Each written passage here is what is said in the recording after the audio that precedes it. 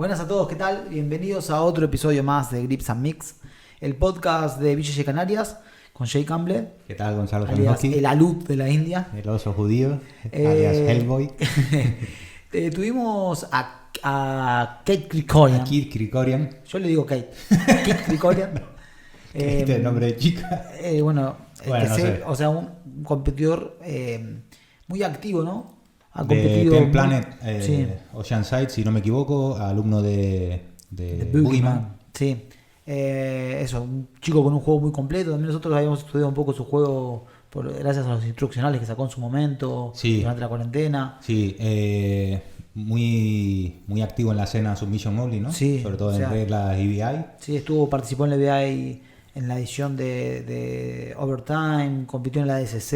Exacto. Cientos y cientos de competencias. En el ASC que vimos antes, que fue por invitación, no por trial ni nada. Sí. O sea que... Estamos hablando de un fuera de serie, un pibe que se dedicó de pleno al grappling prácticamente desde que empezó. Estuvo muy bueno, habló mucho sobre todo de la competencia, de cómo enfocar los entrenamientos. Sí, de sus compañeros, ¿no? De entrenamiento también. Sí, de Gio, de Boogie, de Bjj Barch. Y así que, una entrevista bastante completa, me gustó. Sí, y nada, les recomendamos que lo sigan y que si no han visto sus luchas, que les echen un vistazo, que son bastante entretenidas. De hecho, creo que yo nombré a una de él con Ethan Krellistan en la de las luchas recomendables para ver por internet. Sí. Así que nada, esperemos que les guste. Como siempre, le vamos a preguntar cómo conoció el jiu-jitsu y cómo era su vida antes del jiu-jitsu, ¿no? Sí, perfecto. Okay. Keith, first of all, we'd like to know how was your life before you knew jiu-jitsu? Normal. I mean, well, I don't know. You guys, I don't know. It was normal for an American kid, I guess. Okay. I just went to school. I played normal sports like soccer, baseball,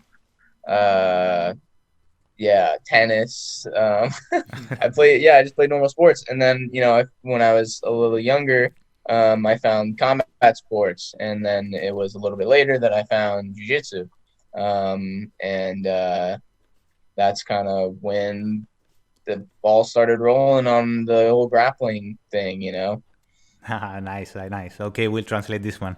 Dice que normal, ¿no? Como para cualquier chico norteamericano estándar, ¿no? Sí. Pues normal que juega lo típico, ¿no? Que hacemos todo, bueno, ellos más béisbol, tenis, fútbol. Claro. Y nada, que no fue hasta un poco más en la adolescencia, ¿no? Que encuentra los deportes de contacto, digamos, exacto. Hasta que fue probando y llegó al grappling. Y después llegó al jiu-jitsu y después todo lo demás, ¿no? Sí. Entonces eso, ¿a qué edad fue que empezó a entrenar? Y más o menos, ¿y dónde el comienzo y tal? Vale. Keith, how old were you when you started training jiu-jitsu, and where did you start? In which academy? So I took I think my first lessons when I was like 12 maybe, and I don't think I stuck with it very much. I liked it, but it wasn't something I was too interested in. And then it wasn't until I was 14 that I started training consistently, and at first I was in the gi under it was like a Gracie school. I don't even remember which one. Okay. And then 6 months later, my gym got bought by 10th Planet, and then I've just been 10th Planet, no gi ever since. Okay, nice, man. Nice. Okay, we'll translate this one. Yeah. Nada, dice que su primera clase fue cuando tenía 12 años. Sí. Pero que en ese momento como que todavía no le enganchó mucho, ¿no? Fue una clase sin más, ¿no? Sí, exacto. Que fue hasta los 14 años recién cuando empezó a tener clases, dice él, consistentemente, ¿no? Sí. Que en principio fue en kimono. Que no sabe, tipo una Gracie. Alguna filial de Gracie. Una Gracie barra seguramente. Exacto. Y que hasta 6 meses después no fue que encontró Templan y que ahí todo le cuadró, ¿no? Templan grappling, tal, como que ahí se enganchó. Exacto. Le voy a preguntar que si no echó de menos el kimono o cómo fue el cambio ese para él, ¿no? Si fue gradual o fue... Exacto. Keith, now we want to ask you the change between gi and no gi. It was easy for you, or once you started no gi, you forgot totally the gi, or how was it for you? Yeah, I don't know. I haven't trained gi since. I think one time I did with my friend Cole, and I don't even. It was felt pretty unfamiliar. I don't really remember exactly how I felt, but yeah, definitely felt weird. I don't think I ever got like accustomed enough to it for it to make a huge difference or a huge impact on my game. I even when I did train gi, I felt weird like grabbing someone's clothes. So I would use mostly no gi grips in gi because I didn't want to. I felt like grabbing someone's clothes is kind of like it's like a thing a little kid would do in a fight, Yeah. And I felt like it was kind of cheap almost. So I've kind of always been no gi in a lot of ways. All right. Okay, we'll translate this one. Nada, dice que... Nada, que la transición fue fácil. Dice que prácticamente no se ha puesto el kimono nunca más. Alguna vez suelta, ¿no? Exacto, desde entonces no se ha vuelto a poner el kimono. Alguna vez con su amigo Cole o algo así, pero no, prácticamente no. Dice que incluso se le hace raro, ¿no? Y que y dice que él incluso haciendo kimono, y él siempre buscaba agarres como si fuera no-gi, ¿no? Exacto. Se le hace un poco raro eso de agarrar ropa, ¿no? Sí, dice, también lo compara como que parece que el agarrarle la ropa a otra persona es como cuando luchan los niños, ¿no? Sí. Nada, podemos empezar a preguntar eso, de cómo fue sus primeras clases, encontrar el sistema de templanes, de que es diferente a todo lo que hay en otras academias, de aprender desde el primer día, así. Vale. Si fuese así como queremos nosotros. Vale, okay. Keith, now we want to ask you, like, when you started 10 Planet, all the 10 Planet system, it was easy for you to learn all that lessons and, like, learning leg locks, like, since white belt, all that stuff. How was it for you? It was good. I felt comfortable with a lot of the stuff. A lot of it was really hard for me to understand. Because a lot of it is like it would be considered unorthodox. And considering I just kind of learned a little bit of mostly like of very standard jiu-jitsu. It was a little bit of an adjustment, and even leg locks. I don't think we really trained leg locks until I was a purple belt. So I didn't get too much work in with that. I remember when I was in high school, and I had taken a little bit of time off for like the wrestling season, and I came back from wrestling season back to jiu-jitsu, and like everyone was tapping me with leg locks, and I was like, man, what happened? Like, did you guys just focus only on leg locks while I was gone? And they're like, pretty much. And so I had a lot of catching up to do. And at that point, I was already a purple belt, so it was crazy, but it was I don't know. I like the 10 Planet style. It kind of allows you to train a little more free, and I've always kind of liked that. Nice. Okay, we'll go with this one. Nada, dice que muy bien, que se sentía cómodo. Algunas cosas sí le costaron mucho, ¿no? Sí, claro que todos sabemos eso, que el estilo de Templán es un poco como poco ortodoxo, ¿no? Exacto. Hay cosas que son un poco difíciles de aprender, ¿no? Exacto. Posiciones sobre todo. Sí. Y nada, decía que también pues lo poquito que había aprendido era como más tradicional, pues también por eso es lo que le costó un poco. Nosotros pensábamos que desde el día 1, pero dice que no, que hasta Morado no fue que tocó el leg locks en realidad. Exacto. También eso, el detalle ese, comentó que cogió como un descanso de la temporada de lucha. Sí. Y claro, cuando regresó, pues que todo el mundo le estaba tapeando con leg locks. Como que se le acumuló mucho trabajo, ¿no? Sí, entonces dice, pero ¿y aquí qué pasó? ¿Qué está pasando aquí? ¿Que están ahora usando todo juego de pierna? Dice, sí, básicamente sí. Sí, todo el mundo lo pillaba. Y dice que hasta que eso fue cuando le pasó de Morado, ¿no? Sí. Bueno, en Morado sabemos que cuando él pega el salto así, empieza a competir, empieza a ganar todo. Sí. ¿Vas a preguntar más o menos? Le quiero preguntar antes por el background de wrestling y cómo le sirvió a él la parte de wrestling para jiu-jitsu, ¿no? Sí, verdad. Vale, le pregunto eso primero, ¿vale? Claro. Keith, now we wanted to ask you already about your wrestling background. How did you adapt it to your jiu-jitsu? Which aspects of wrestling did you adapt to jiu-jitsu? And we know also, for example, your teammate Grace Gundram, she also does wrestling and adapts it to her jiu-jitsu. How was it for you? It was great. I mean, at first, that's all I did really was like, I would just try to, I was like any other wrestler that starts jiu-jitsu. I had to be on top. I had to be touching your head.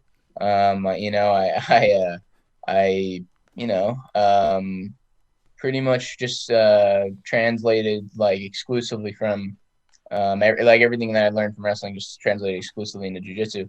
And then I kind of started to like develop more of like a well-rounded, and I mean, not well-rounded, but develop more parts of my game. The guard, I always had a bad guard. I always had like, bad, like I said, bad leg locks. I had bad, I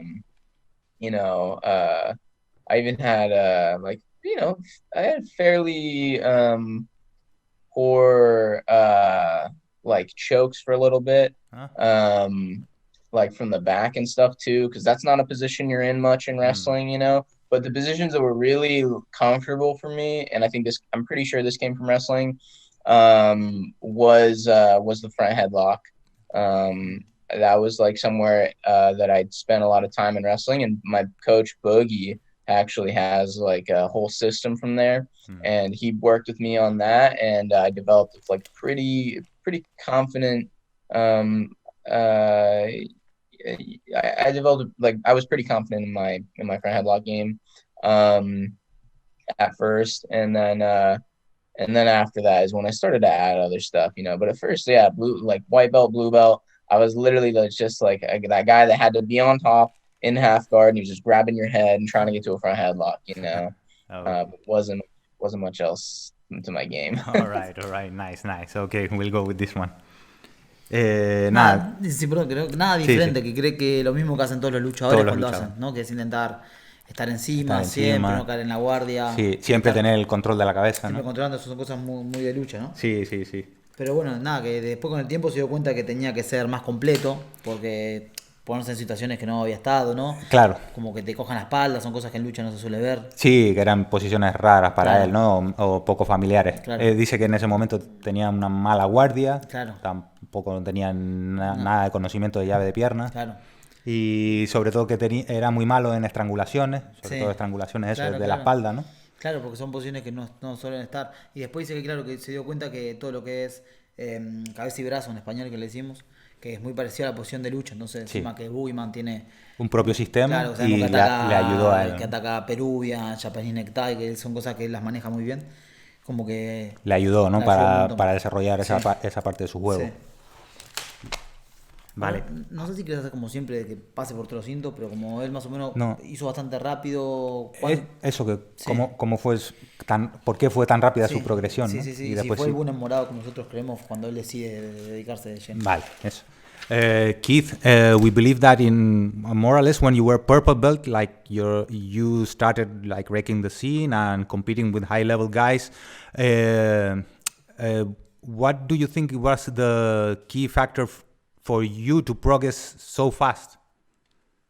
Yeah, wow, I didn't know you guys had been watching me at purple belt. That's cool. More or less, not very detailed, but more or less.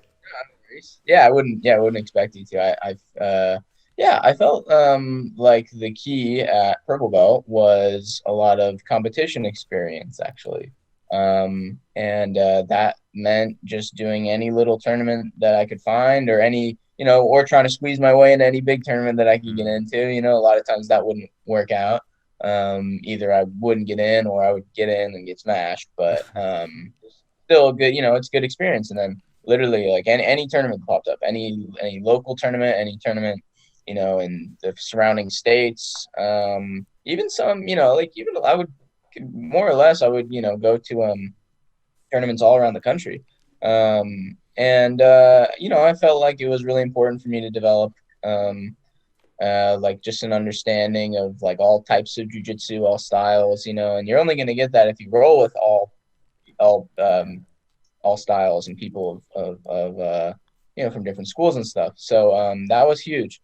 It was kind of like, it was a process that I had learned in wrestling, which was like just get a lot of mat time, like competition experience. And I would compete really often in wrestling, but it wasn't as easy for me to do that in jiu-jitsu, because there's a good amount of jiu-jitsu tournaments, but in wrestling there's literally like 2 every weekend. So you could go back-to-back days, and you get like 7 to 10 matches every day. So you get like 20 matches in a weekend, and that's a lot of good experience. And then add on top of that your practices and what you learn from there. So I kind of try to take that model from the wrestling world and apply it to my jiu-jitsu at purple belt. And I felt like I learned a good amount. It was more so just getting comfortable, though, because I wasn't very comfortable on the mats at that point. And I felt like after a couple hundred matches, I was definitely a lot more comfortable. Nice, man, nice. That's awesome. We translate this one. Yeah. Nada, dice que la clave, sobre todo eso en cinturón morado, ¿no? Sí. Bueno, primero decía, no sabía que me seguían desde cinturón morado. Yo le dije que no en tanto detalle, pero bueno, más o menos. Él decía que tampoco esperaba que le siguiéramos, ¿no?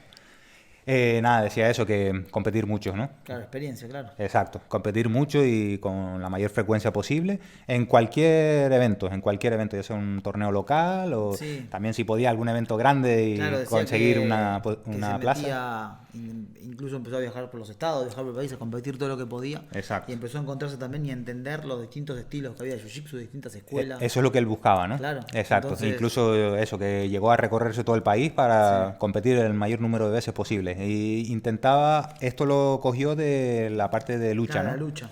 Que en la lucha dice que llegan a haber incluso hasta 20, puedes hacer 20 eventos en una semana, más las horas de entrenamiento y tal. Pues. Sí, claro, que son muchos, que hay competencia todos los fines de semana y que hay muchas luchas. Entonces, que nada, que en fin y al cabo es sentirte confiado con tu juego, claro. Tener experiencia y sobre todo es tiempo de tatami. Sí, él dice que al principio lo pasaba mal, no se sentía bien con las competiciones y tal, pero después dice que ya después de 100 luchas ya está, ¿no? Sabes que te puedes encontrar. Exacto.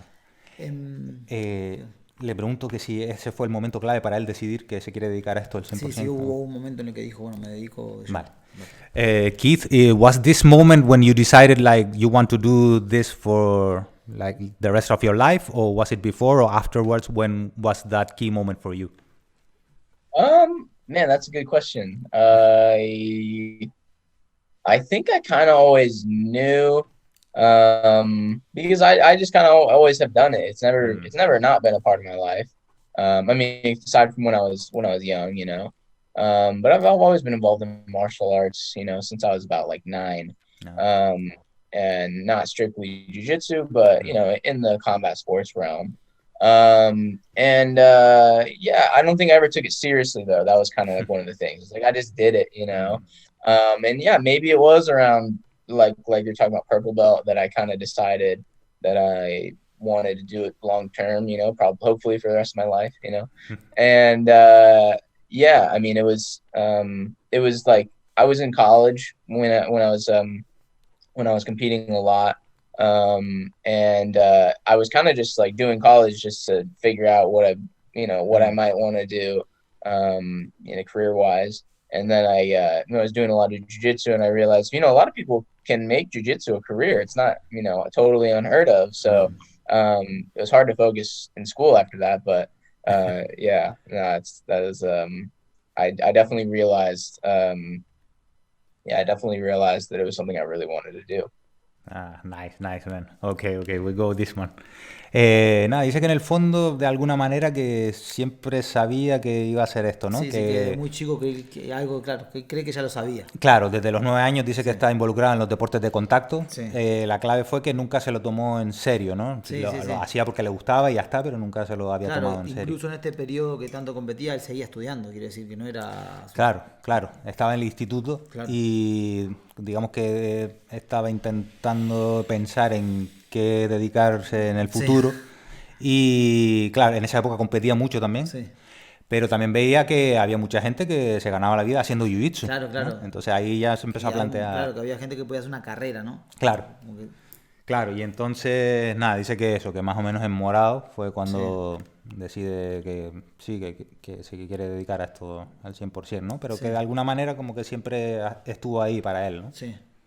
A mí me gustaría preguntarle, habiendo hecho tantas competencias, ¿no? De tantos estilos, ¿por qué cree que el tiempo, o sea, el submission only con overtime es el que más le llama? Más le llama. Vale, ok. Y en el que se especializó, ¿no? Vale, ok. Keith, Gonzalo is asking that from all the competitions and all the events you've been to, why did you decide or at least specialize in submission only with overtime? Yeah, that's a good question. Well, I think there's a lot of factors. It just happened at the time when I kind of was coming up that most no-gi tournaments were submission only with the EBI rule set or the EBI overtime rule set. And so I just I would, I was exclusively nogi. I would find these tournaments, and something like some of them, I'd say like the smaller ones, or like even some bigger ones, they were points, or they were I guess that's the only other rule set. But there was a lot of them at the time, because this is when EBI was really big. They were trying to do EBI rules, and my gym, like I guess another reason why is like my gym would practice those rules all the time, and I felt really comfortable there. And then I guess also, the nogi, the sub only tournaments, a lot of them would offer money. And that was a huge deal for me, because, I would win, let's say like $100-200 at a tournament. And that was a lot of money for me, even sometimes maybe more, sometimes like $400-500. And that was huge. That was like a 2 months income for me, at the time. So it felt right. Like, it definitely felt like it was a fun thing for me to do that had like a payoff in the end. It wasn't just competing for nothing. It was, competing for something. And I really enjoyed doing that for as long as I did. Nice. A lot of people have told us more or less the same answer. So, okay, we'll go with this one. Yeah, do it, yeah. Dice que han habido un montón de factores y nos las enumera de uno a uno. Y sobre todo dice que hizo compitiendo mucho, él enfocado en no-gi, casi muchos torneos no-gi, hay muchos torneos con reglas de BJJ en esa época. Como que claro, en esa época, claro, cuando él empezó a crecer, ¿no? Pues justo coincidió, uno de los factores fue eso, ¿no? Claro, que había muchos torneos, dice, muchos torneos pequeños, pero muchos torneos de ese formato. Y en ese formato, exacto. Después, otra razón fue que su gimnasio entrenaba en esa modalidad, ¿no? Con basado en esas reglas, ¿no? Entonces se le hacía más fácil, ¿no? Entonces, porque lo practicaban todo el tiempo, claro. Claro. Y después el tercer factor, que esto sí yo le comentaba que nos lo han dicho más de un invitado, ¿no? Que el tema del dinero, ¿no? Sí, que hoy por hoy lo que siempre decimos, la salida para los grapplers son los Superfight y los torneos que pagan. Claro, que una inscripción sale de $100-200, claro. Incluso dice que habían eventos que eran 400-500, que eso era su paga de 2 meses. Sí, claro. No, dice eso, ¿no? Que si él está acostumbrado a competir por nada, o sea, si competís por dinero ya es otra cosa, o sea, claro, por sí competía un montón por nada. Sí, claro, y entonces él decía eso, que ver también porque le divierte y que ve recompensado su trabajo, ¿no? Claro. De alguna manera. Claro. Entonces eso ha sido un poco... Sí, como su paga, claro. Sí, exacto. No sé si vos tenés algo, yo tengo una pregunta. Sí. Compitió en todo, ¿no? Pero si el hecho de que la IBJJ ahora permita heel hook ni ripping lo motiva a meterse de lleno también a competir en IBJJ. Vale, ok. Keith, now we want to ask you, now IBJJF has allowed in brown and black belt heel hooks and knee ripping. Does that motivate you to compete this year in IBJJF no-gi? I'm not sure, to be honest. Definitely it's more intriguing than it was, but it's kind of the same issue. They just don't pay you, and you have to spend a lot of money to do their tournaments. Not many of them are local necessarily, only a couple of them come to your city maybe every year, and so you're paying money to get out there. You're paying money, for the flight, paying money to stay wherever you are. You have transportation to and from the tournament. You have to register for the tournament. You have to, I believe you have to get a yearly membership with IBJJF. So yeah, I think it's really cool that they're adding heel hooks and stuff, but I think there's a larger issue that people are ignoring, which is there's still a for-profit organization that doesn't necessarily give much back to the competitors. At the same time, there are some really good guys that, still compete for them. And I like competing against the best guys. So maybe if there was a couple tournaments that I, let's say could easily get to, then, or maybe not easily, but just, logistically I could make it out to, I would probably be tempted to do that, especially with the new heel hook rule. That was another part of their rule set that I didn't really like. It was a really limiting game for me, because I like inversions into reaps. And you know, just I mean, a lot of my game is based on reaping. If not to leg lock, then just a sweep. So yeah, it really took away a big part of my game. But now they don't have that. I'm definitely a little more intrigued, but you know, like I said, financially, it doesn't make too much sense yet. Yeah. Okay. Nice. Yeah, it's true. It's true. Okay, we'll translate this one. Yeah. Sounds good. Dice que no está muy seguro. Sí, suena más interesante. Sí. Pero sí, claro, comenta lo que comentan mucho, ¿no? Que sí, se gasta mucho, claro, y ellos no te pagan nada. Claro. Y él dice que rara vez vayan más de una vez por año a tu ciudad, entonces eso requiere que tenés que pagar un vuelo, pagar un hotel, pagar el transporte, pagar la comida, pagar la inscripción al torneo y estar suscrito como cinturón negro. Una suscripción anual, ¿no? Sí, exacto. Entonces que es mucho. Claro. Sí, dice, pero bueno, por otro lado también a él le gusta competir contra los mejores, y a BJJ siguen yendo los mejores. Así exacto. Que, si a alguno que logísticamente le venga bien, que no tenga que gastar tanto, seguramente vaya. Exacto. Y que nada, dice que también eso, que en el aspecto en cuanto a su juego, pues que sí está más interesante porque él tira mucho de piernas y usa mucho knee ripping, ¿no? Él decía que ya no solo para finalizar en llaves de piernas, sino a lo mejor para buscar raspados. Sí, claro. Entonces ahí por ese aspecto sí lo ve interesante, ¿no? Como que lo limitaba a las reglas anteriores, ¿no? Exacto. También dijo, perdón, eso, ¿no? Me gustó la última frase que dijo que financieramente no lo ve lógico, ¿no? Sí, exacto. Claro. Es que al fin y al cabo es su sueldo. Claro. Para un tipo que se dedica a esto. Claro. Y ahora que acaba de comentar eso, que le gusta enfrentarse a los tops, que de todos los que se ha enfrentado, ¿a quién le gustaría enfrentarse que todavía no se había enfrentado? ¿A quién le queda? Vale. Sí, o quién le gustaría. ¿O rancha o quién le queda? Vale. Eso, exacto. Keith, we want to ask you, like, since you already said that you like to go against the top players in the game, and you have matches, like incredible matches with some of the top players. Which one would you like to go against which you haven't fought yet, or maybe get a rematch? Or whom would you like to go against? Well, there are a lot of guys I'd like to go against if I was bigger, but I just happen to be really small, so I'm pretty limited on who I can compete against, and it seems like for some reason the guys of my weight don't compete too much.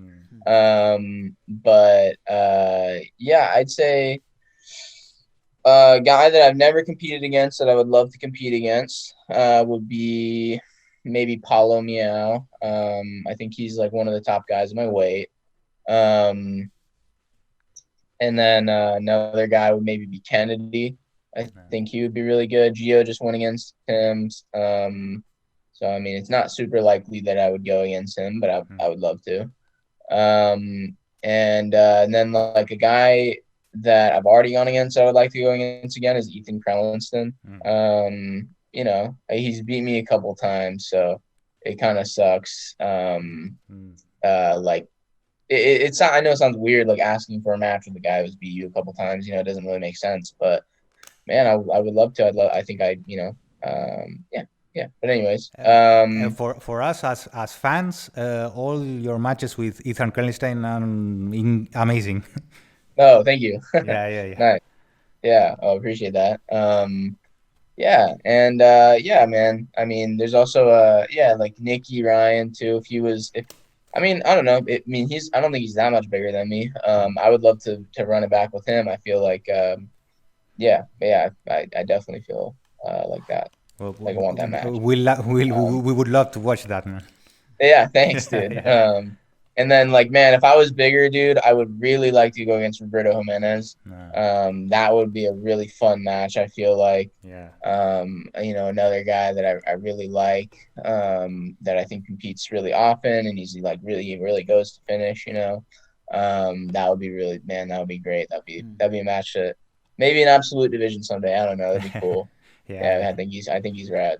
Awesome, nice, man.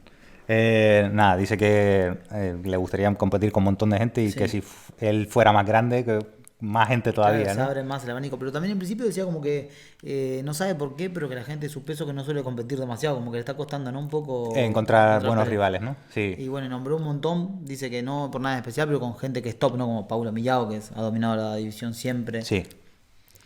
También nombró a Kennedy Kennedy Maciel. Maciel, Gio se me enfrentó hace poco con él. Claro. Es una lucha que me Le gustaría gustaría. también, estaría muy bien, ¿no? Sí, bueno, Ethan Krelstein, que se enfrentó un par de veces, dice que sí, que es raro que alguien que te haya ganado Sí. siga lo pidiendo, pero que él le gustaría. Sí, yo le dije que todas las luchas que ha tenido con Ethan, que Sí. son buenísimas y les recomiendo a los que nos estén viendo que las vean porque son una Sí. pasada, Y ¿eh? bueno, generalmente nombró otros tops, ¿no? También Nicky Sí. Ryan, y dijo lo que decías vos, que si sería un poquito más pesado. Sí, Roberto Jiménez, que el tipo hace peleas emocionantes, siempre va por la finalización.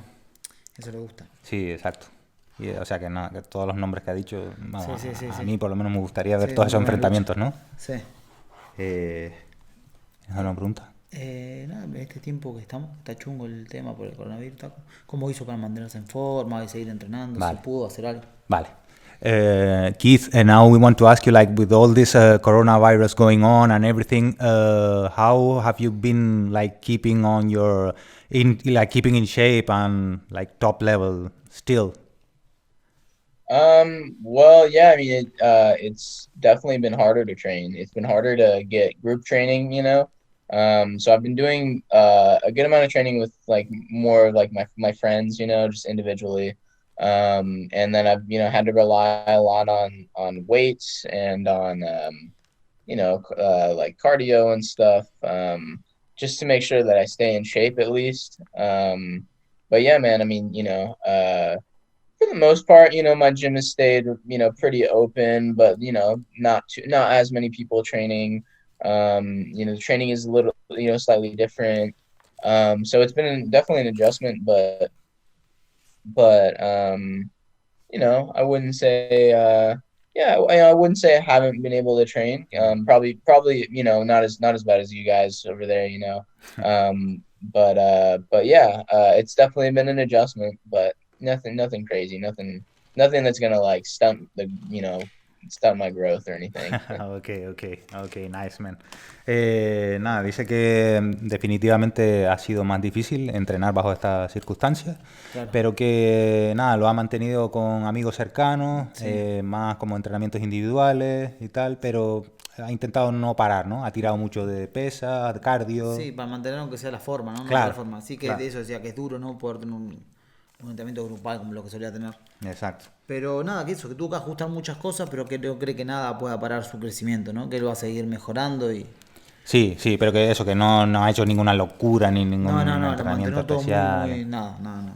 Exacto. Le podemos preguntar para la gente que no lo sepa y eso, qué instruccionales tiene en el mercado y eso, Sí, y que en el hemos visto. futuro si tiene proyectado alguno y qué tema va a tratar. Sí. Vale. Claro, como el mercado está tan pitado de cosas, si él cree eso, si tiene que sacar algo diferente o con sacar algo de su propio estilo, le va Vale, bien. eso.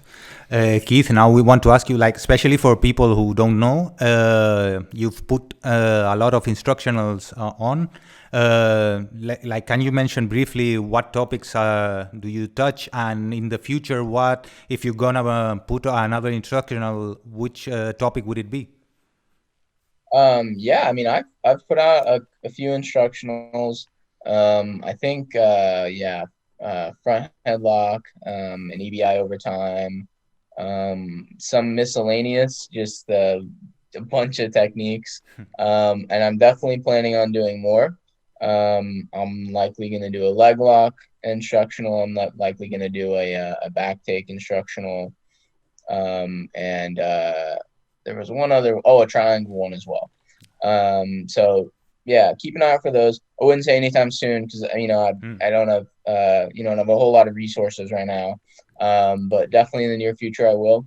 And yeah, I feel like it's a good way for everyone to get exposed to some different jiu-jitsu maybe, or some new techniques, just obtain some knowledge. And it's a good way for me too to practice instructing and teaching and articulating, which is really hard. So yeah, that's a good way. If anyone just needs practice teaching and stuff, just set up a camera and start showing techniques, showing whatever you want.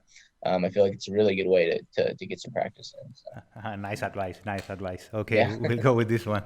Nada, de los que tiene ahora mismo fuera, el de front headlock, el que decías tú, cabeza y brazo, ¿no? Sí. El EBI overtime, que es especializado en espalda sobre todo y espalda, web, claro. exacto, tanto ataque como defensa. Sí. Y también como un recopilatorio de técnicas sueltas, que esto lo sacó cuando en la cuarentena, que a través de... Sí, le podías pagar a través de PayPal o no sé qué, y te daba acceso a un puñado de técnicas. Y después, instruccionales que va a sacar en un futuro. Sí. Dijo de... Sí, leg locks, toma de espalda y triángulo, dijo por último. Sí, y triángulo. Que no sabe cuándo, pero bueno, que estén atentos y que será un buen contenido. Hablaba que es bueno para él porque decía que él tenía que ponerse a estudiar y a ver... También, o sea, para preparar los institucionales como que también tiene que refrescarse, ¿no? Claro, y ponerse delante de una cámara, saber articular lo que quieres transmitir, practicar, ¿no? estudiar, claro, y entonces dice que cualquiera que quiera mejorar sus habilidades a la hora de enseñar y eso, que ponga una cámara y que se ponga a practicar delante de la cámara, como lo explicarías, ¿no? Al público. Es muy buen consejo, ¿no? Sí, sí, sí. Y sí, ¿no? Eso fue más o menos lo que comentó, ¿no? Le planteamos cómo plantea él sus entrenamientos. Si suele estudiar, sentarse a estudiar técnica, y si es así, ¿a quién le gusta estudiar, por ejemplo, el leg lock, que es lo que más está de moda? Vale. Keith, now we want to ask you, like nowadays everybody's talking about study jiu-jitsu, study tape and this. Do you follow this rule as well? And how many hours do you invest in studying tape? And what is your particular method? Like what ways work for you? Well, yeah, I do watch a lot of jiu-jitsu. Sometimes I'm trying to study it. Sometimes I'm just watching it, because I'm a fan of the guy. I would say that if you're trying to study a match, then you have to be prepared to like pause, rewind, slow down, because that's the only way that you're going to really be able to see what everyone's doing, or what each guy is doing. And then another way to study tape, I guess, is just through instructionals and through technique videos. And that's my favorite way to do it. Honestly, I don't, it's really hard for me to break down in competition what guys are doing, because it can happen really fast. And sometimes it's not exactly, what they intended to do. It can, be like, I guess a little impacted by, the flow of the match or what are the other guys doing. So I prefer to use, technique videos, instructionals. I really like Instagram is great because it has typically for short 1 to 2 minute videos that, can cover a technique you may have never seen, or, and they explain it in a way that you haven't seen yet. So that's my favorite way. I think if anyone is just looking to start like a base level, jiu-jitsu study, way to study, jiu-jitsu, I think it would be just go on Instagram, you can go to pages like, I'm trying to think now. I mean, like Leg Locker, if you're trying to learn leg locks, they have a lot of good stuff. Even sometimes I think Jiu-Jitsu Times maybe will do stuff like that. Even Flow Grappling. So yeah, I would just hop on Instagram and look for some technique videos. Nice, okay. Nada, él dice que sí, que definitivamente él invierte tiempo mirando luchas y estudiando jiu-jitsu. Sí, pero que dice que eso, como que se pone a estudiar muchas veces, solo pone y ve. Solo ve una lucha, ¿no? Que no es que es... Exacto, a veces sí se enfoca en estudiar y otras veces se pone a verlo y ya está, ¿no? Y recomendaba eso, cuando se ponga a estudiar, que tengas en cuenta que vas a tener que pararla, retroceder, poner la cámara lenta, porque hay cosas que pasan muy rápido, que son detalles que te perdés. Claro, entonces ahí sí se pierde mucho tiempo, ¿no? Pausando. ¿Qué pasó? Claro. Lo que pasa que él dice que ese no es un método favorito, porque, claro, a lo mejor en competición el luchador va a ser la técnica y le sale otra cosa por la dinámica de la lucha. Intenta hacer una cosa en realidad y hace otra. Claro. O no era... Claro. Entonces ese método no es su favorito, que su favorito es ver instruccionales, ver vídeos de técnicas y tal. Que la verdad que me sorprende esa respuesta, ¿no? Sí. Pero sí, y después recomendaba, por ejemplo, para eso, sobre todo si te estás iniciando o quieres ver cosas básicas y tal, pues Instagram. Claro, pues hay más cómodo, ¿no? Videos de 1 minuto, 2 minutos, o sea, Leg Locker, que sube todos los días videazos buenos de posiciones capaz que dice que no conocías o que no la habías estudiado, no la habías enfocado de esa manera a la vez. Hay montones, pero bueno, nombró Jiu-Jitsu Times, Flow Grappling, entonces que ese es su método favorito, ¿no? Sí.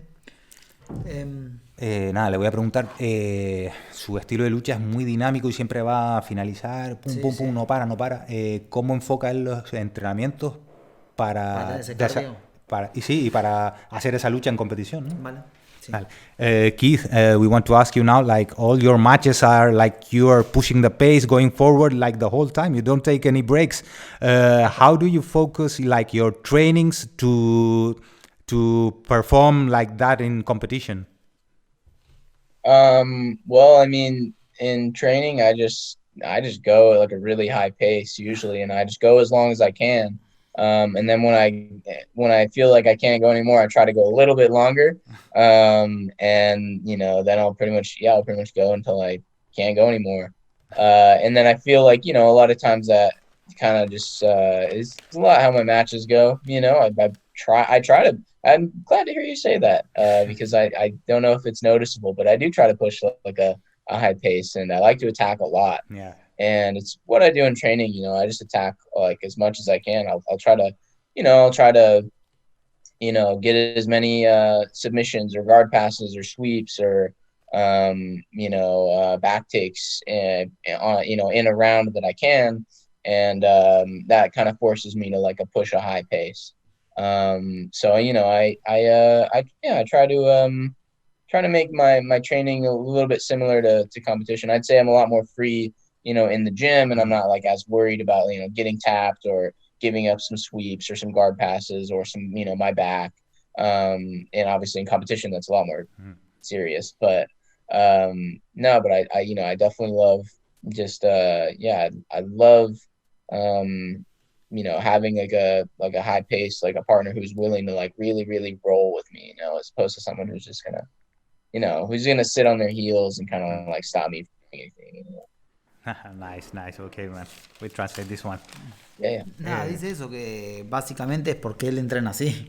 Él entrena intentando seguir ese ritmo, ¿no? Y lo que intenta hacer es hacer las luchas más largas, capaz, para agarrar un poco de fondo, ¿no? Exacto, empujar los límites y claro. Eso, sí, cuando ya termina el entrenamiento y tal, pues intentar seguir un poquito más, ¿no? Sí. Para agarrar un poco de cardio. Pero sí, intenta seguir ese mismo ritmo. Sí, que él intenta luchar, dice que le decía como gracias por darte cuenta, porque él intenta luchar con esa intensidad siempre. Sí, siempre busca el ataque, siempre busca la finalización. Si ven las luchas, ¿sabes? No lo digo por decir, sino si ven las luchas se ve claramente, ¿no?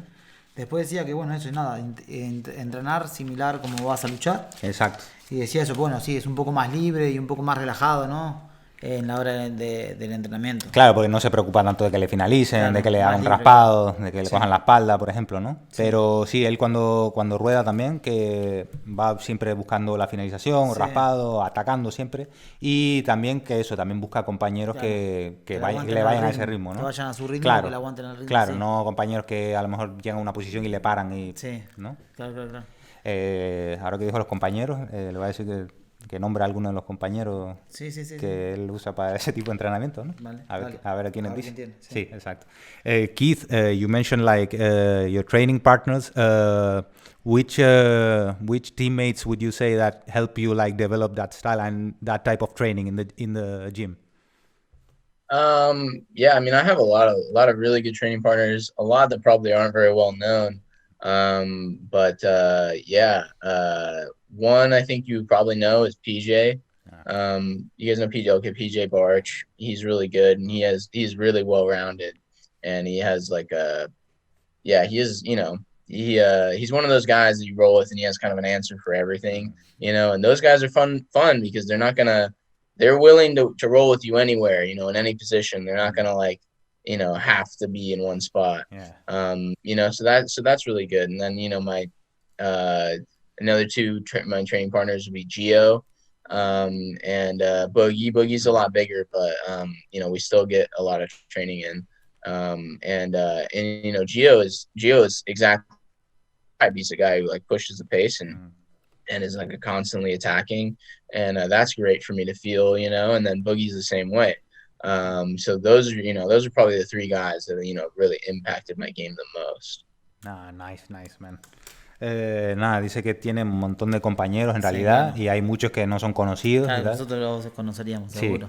Pero bueno, nada, de los conocidos, o sea, que conocidos mundialmente son PJ Barch, que dice que le gusta mucho rodar con él porque es un tipo que tiene respuesta para todo lo que le hagas, ¿no? Sí, y que está dispuesto a rodar contigo en cualquier posición, no es del típico que te dice, no, vamos a empezar de esta posición, tal, sino de donde sea, ¿no? Después te hablaba de los hermanos, de los dos, de Gio y de Boogie, Bueno, que Boogie es un poco más grande, ¿no? Pero que Gio también es una persona que es muy, muy parecida siempre va a finalizar, siempre va con buena con intensidad, ¿no? Y sí, eso, que esos son los tres compañeros, así, ¿no? Que más que ha influenciado, más ha impactado en su juego. Claro, ¿no? claro, que hacen que su juego sea así. Exacto. Le preguntamos por planes que tiene así en futuro inmediato. Sí, pues ya tenemos que terminar. Vale, venga.